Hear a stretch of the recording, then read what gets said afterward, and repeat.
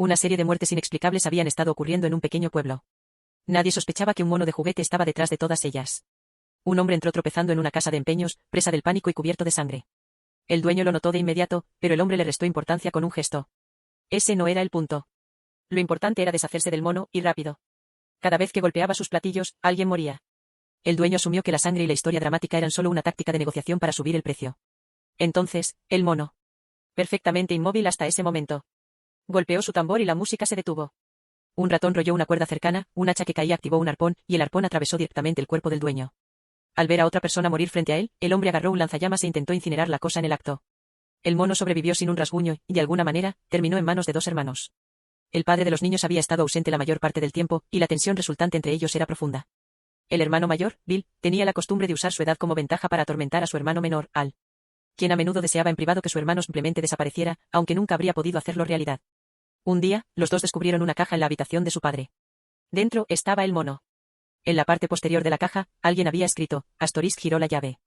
Mira lo que pasa en Astorisk. Bill, ignorando las protestas de Al, giró la llave. La boca del mono se abrió. Las baquetas empezaron a girar y entonces, pareció que no pasaba nada. Bill decidió que estaba roto. No tenía idea de lo que acababa de poner en marcha. Al día siguiente, su madre tenía asuntos que atender y los dejó con una niñera.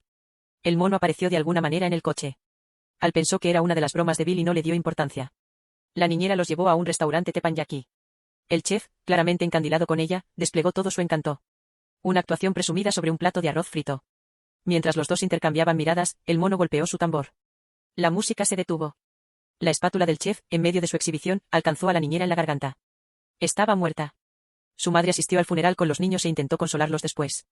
La gente muere, les dijo. Así es la vida, simplemente. Al día siguiente en la escuela, un grupo de chicas acorraló a Al, le robaron los pantalones y casi lo mandan a casa en ropa interior. Regresó a su habitación de mal humor y encontró al mono sentado detrás de él en el estante. Asumió que su madre lo había puesto allí. Su madre dijo que no había estado en su habitación en mucho tiempo. Eso fue suficiente para inquietarlo. Bill, al ver la incomodidad de su hermano, hizo una oferta burlona. Si te quieres casar con el mono, te dejaré que te lo quedes todo para ti. Bill no tenía intención de jugar limpio. Fue directo a la escuela al día siguiente y les dijo a todos que a Al le iban los plátanos. Al regresó a casa cubierto de ellos.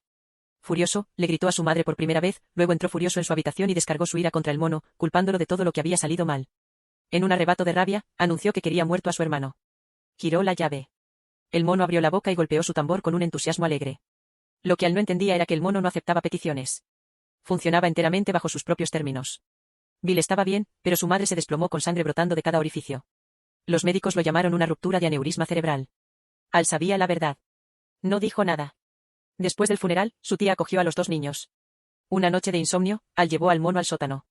Cogió un cuchillo de cocina y lo despedazó, esperando a medias que no pasara nada, ya que solo era un juguete. Un líquido negro brotó de las extremidades cortadas. Lo desmembró por completo y tiró los pedazos a la basura. Al día siguiente, la familia regresó a casa de su tía. Bill estaba viendo dibujos animados cuando notó algo en la ventana. El mono estaba sentado afuera, mirando hacia adentro. Bill acusó a Al de haberlo traído. Al insistió en que lo había destruido. Entonces le contó a su hermano la verdad. El mono estaba maldito.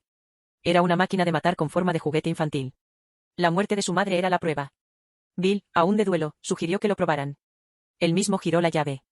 Su tío murió. Pisoteado hasta la muerte dentro de su saco de dormir por 64 caballos salvajes. Los hermanos ya no tenían dudas. Arrojaron al mono a un pozo seco, con la esperanza de sellar lo que hubiera dentro.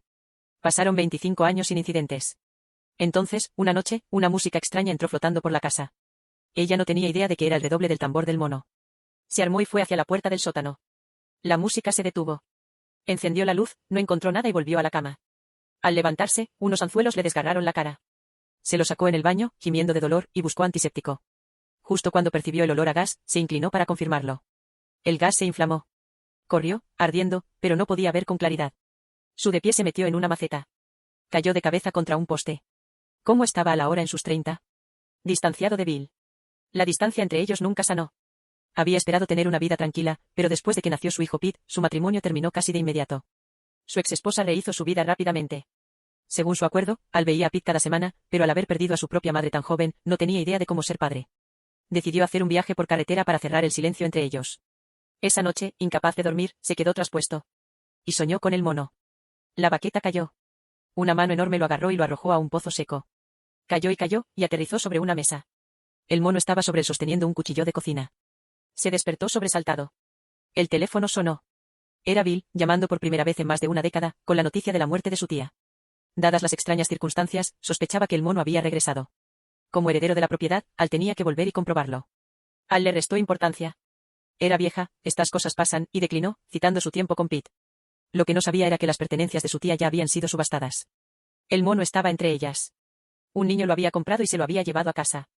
Todavía estaba al teléfono con Bill cuando la unidad de aire acondicionado exterior sobre él se cayó de la azotea.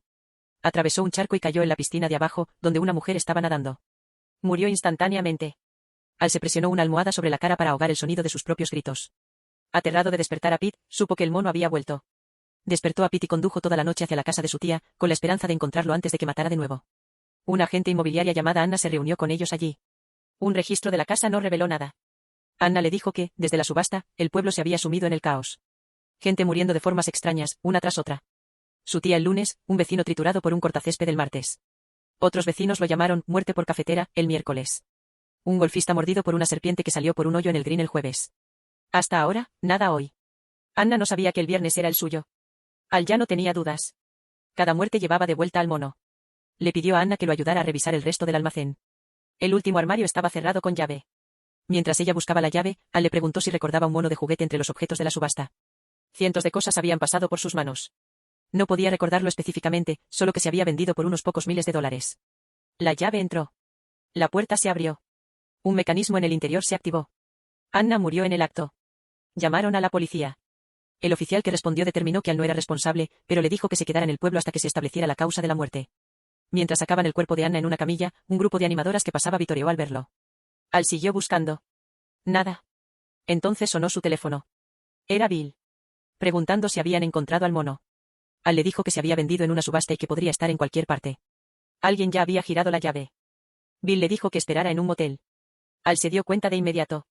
Su hermano ya estaba en el pueblo. Encontró el número de Bill en la guía telefónica y llamó. La voz que respondió le dijo que era una verdadera lástima que el mono aún no hubiera logrado volarle la cabeza. Todo encajó. Bill había encontrado al mono. Él mismo le había estado dando cuerda, orquestando la cadena de muertes, intentando que una de ellas le cayera a Al. Como el mono mata al azar, seguía fallando. La trampa en la casa de su tía había sido el intento de Bill de atraer a Al indirectamente. Pero en su lugar se había cobrado a Anna. Bill quería al muerto porque había pasado años creyendo que el hecho de que Al girara la llave de niño había matado a su madre. Después de tirar al mono al pozo, Bill había regresado y solo encontró una llave al fondo.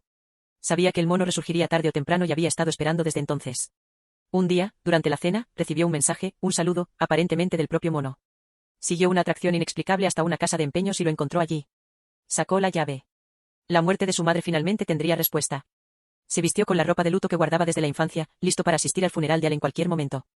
Pero cada vuelta de llave se llevaba a alguien más. Nunca a Al. Un chico llamado Ricky le había vendido originalmente el mono a la casa de empeños y ahora lo quería de vuelta. Por $15, el mismo precio que había pagado. Bill se negó. Todavía lo necesitaba.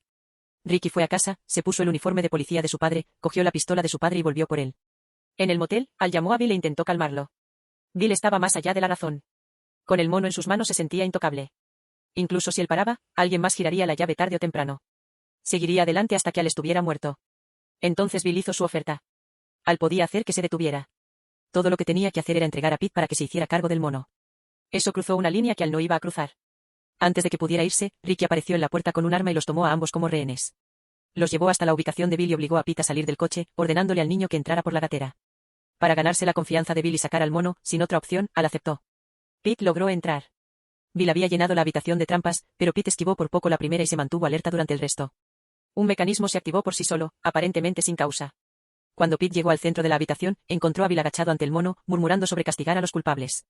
Bill levantó la vista, vio a su sobrino e inmediatamente intentó convencer a Pete de que girara la llave él mismo. Pete, al enterarse de que el mono había pertenecido a su abuelo, la giró por curiosidad. La boca del mono se abrió. Las baquetas empezaron a moverse. Bill rezó, esta vez, que sea Al. Afuera, un nido de avispas cayó del árbol. Ricky presionó su pistola contra la espalda de Al para evitar que retrocediera y se rascó distraídamente la cabeza con el cañón. El mono golpeó sus platillos. Un agujero apareció en el parabrisas. Una avispa salió volando. Entonces el enjambre entró a raudales. Las avispas ignoraron a Al por completo. Envolvieron a Ricky. Al corrió a por su hijo. Al oír la voz de Al abajo, Bill comprendió que el mono le había fallado de nuevo. Furioso, se lo arrebató a Pete y lanzó al niño al otro lado de la habitación. Exigió que el mono matara a su hermano de inmediato. Pero el mono no acepta órdenes. Lanzó a Bill al otro lado de la habitación. Mientras el hombre y el mono arreglaban su desacuerdo, Pete encontró a su padre afuera. El mono miró fijamente a Bill y empezó a tocar su tambor cada vez más rápido. Bill se preparó para la muerte. En su lugar, un estruendo estalló sobre sus cabezas. Un avión cayó del cielo y golpeó el pueblo en un muro de llamas.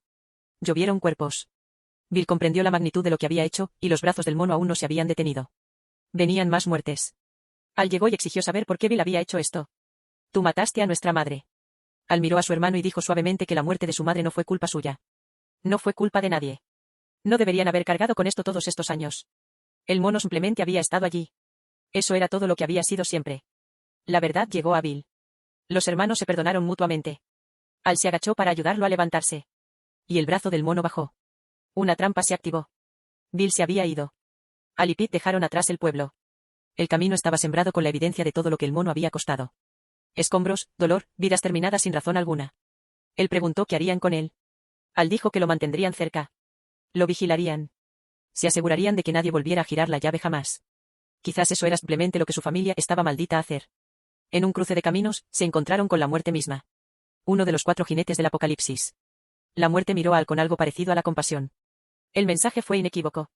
Astorisk, no te metas en líos. Volveré a por ti algún día. Que no sea pronto, Astorisk. Al siguió conduciendo. Un autobús venía en sentido contrario. Animadoras gritando por las ventanas. Un camión pasó zumbando por la intersección. Unos cuantos nombres más se añadieron a la lista.